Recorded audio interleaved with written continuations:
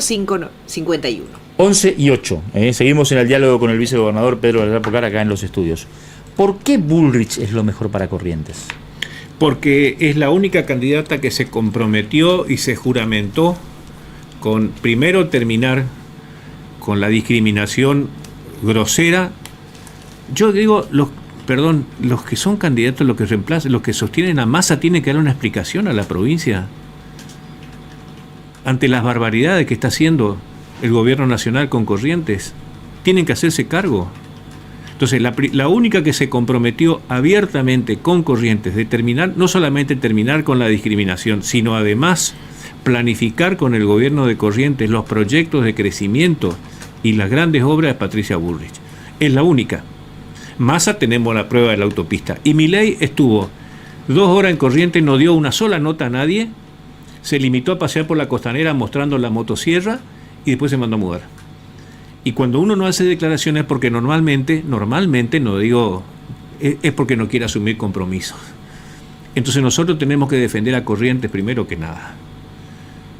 Y la única candidata, reitero, que se ha juramentado, como también se ha juramentado con otra cuestión que no es menor en todo esto, que es eliminar la lacra inmunda que es el narcotráfico. Y yo no tengo dudas que las fuerzas de seguridad le van a responder, porque va a ser una lucha durísima. Estamos hablando de tener en el país cosas que parecían del cártel de Sinaloa o de algunas zonas de Colombia en otra época, y lo tenemos ahora en la Argentina, en Rosario, en Bolsón, en el Gran Buenos Aires.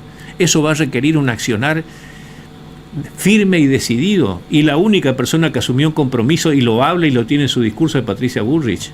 El resto lo toca de refilón. Ayer hablaba con un joven que me decía que iba a votar a Milei. Entre las cosas que sostenía como importantes estaba el tema de la coparticipación. Sí. Él decía, es lo mejor porque sincera la economía. Yo le decía, me parece que no tenés idea de lo que significaría para cualquier provincia, no para Corrientes, cualquier provincia periférica. Sí, no tiene idea, la verdad que no tiene idea. No aplicar la coparticipación. Aparte es inconstitucional, que lo sepa. La coparticipación está prevista en la Constitución Nacional. Ajá. Entonces, pero la coparticipación es lo único que... ¿Qué pasaría si la provincia... Vamos a otra cosa, a esta persona le voy a decir. ¿Qué pasaría si la provincia elimina la coparticipación a los municipios? ¿Qué es lo que permite que hoy los municipios del interior de Corrientes tengan capacidad de gestión? La coparticipación, que no todas las provincias argentinas tienen. La coparticipación es, nosotros pagamos impuestos nacionales, devuélvanos una parte de lo que pagamos, que son los impuestos coparticipables, así de sencillo. Claro, pero es plata que sale de nosotros. Cuando Milei sostiene porque hay que terminar, dice, porque hay estados que están financiando a otros. Bueno, que se sincere el tema. Que se sincere el tema. Habló Pedro... El tema es que no parece muy federal, ¿no? Pero absolutamente, absolutamente. Pero en la Argentina, en la Argentina históricamente se han tomado este tipo de medidas. Por ejemplo, que seguramente esta persona desconoce, cuando se hizo la distribución de las bancas de la Cámara de Diputados de la Nación, porque senadores tenemos 3 por provincia todos, y antes eran 2, cuando se le priorizó a algunas provincias que tengan más diputados nacionales por una cuestión geopolítica, como Tierra del Fuego, que si vamos a la cifra proporcional exacta no podía tener 5 diputados nacionales, pero que por ser una cuestión geopolítica, ¿no es cierto?, se le dio 5 diputados nacionales. Esas son las medidas extraordinarias que uno toma cuando tiene un país extenso como el que tenemos nosotros, con una tasa de densidad poblacional bajísima, pero con recursos naturales que son apetecibles para todo el mundo, que aprenda de una vez por todas. O sea, lo que usted dice es que el sistema federal debe ser elástico y contemplar este tipo de asimetrías.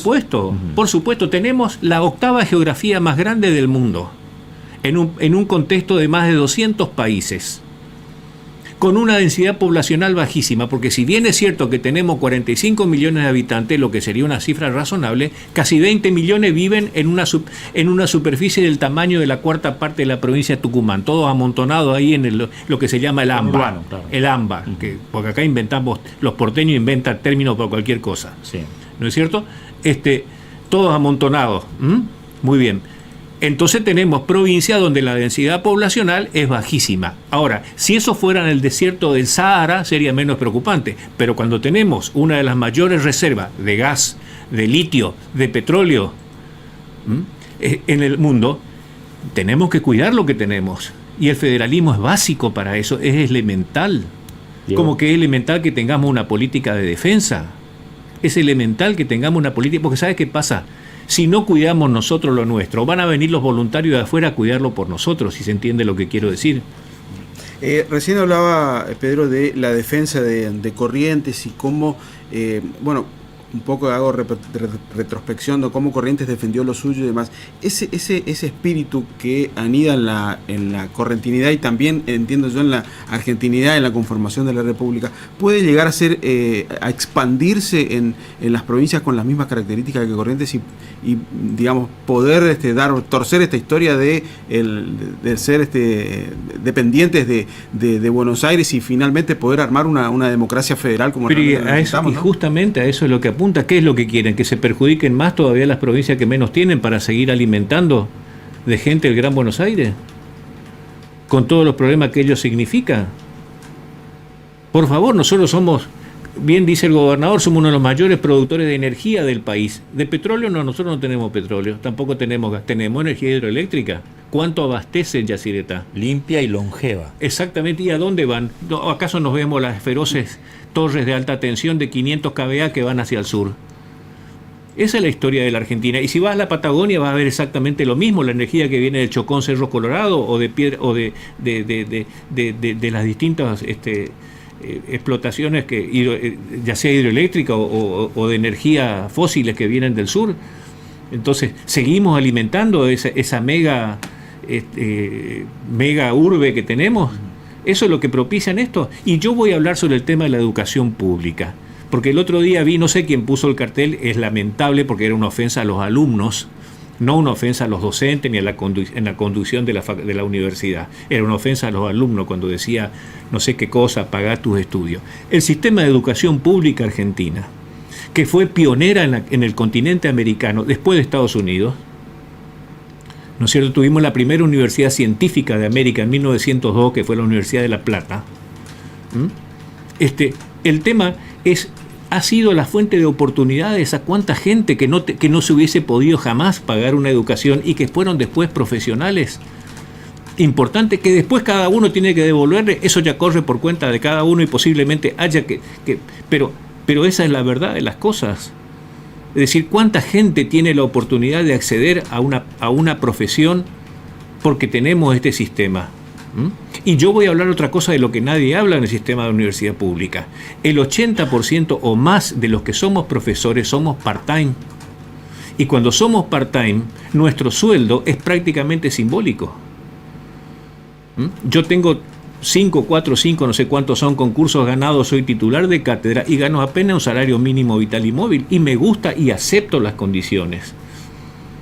Pero eso sabe el señor Milei, no tiene la menor idea, porque no se conoce como el sistema de educación pública. Nosotros también aportamos lo que somos docentes con nuestro trabajo y con nuestra dedicación. Y yo soy titular de cátedra, el adjunto gana menos y el jefe de trabajo práctico gana menos y el auxiliar docente gana todavía. Hay un porcentaje que es totalmente ad honorem. Cuando yo ingresé a la universidad, a la docencia, los primeros 7 años trabajé gratis. Pero uno lo hace porque es la educación pública y es una universidad, una facultad que a mí me permitió tener un título. Entonces, de todas estas cosas hay que hablar. No largar así al voleo propuestas que nadie entiende porque nadie explica. No es que la gente no lo entiende, no se explican. La gente, si se explican, lo va a entender, después lo va a aceptar o no. Pero hay que explicarlas. Pedro, gracias por estos minutos. Gracias a ustedes. Que tengan el vicegobernador Pedro Latrapo Cara en los estudios de LT7 y Canal 13 de Corrientes. Nos vamos a la capital federal para tomar contacto con Coco Ramón. Hola, Coquito, muy buen día. ¿Cómo andás? ¿Bien?